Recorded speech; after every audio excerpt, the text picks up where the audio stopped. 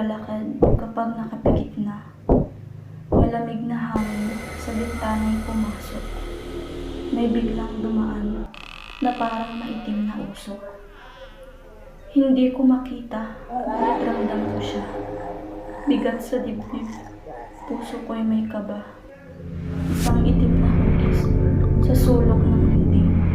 Walang mukha, walang tinig, nakatayo sa dilim. Dahan-dahan itong sa akin ay lalapit. Humawak sa aking leeg ng sobrang higpit. Nakakakilabot ang kamay nitong sobrang lamig. Nanlilisip itong mga mata sa akin ay nakatitig. Pilit sumisigaw, ngunit boses ko ay wala. Hanggang ang anino ay naglahong bigla.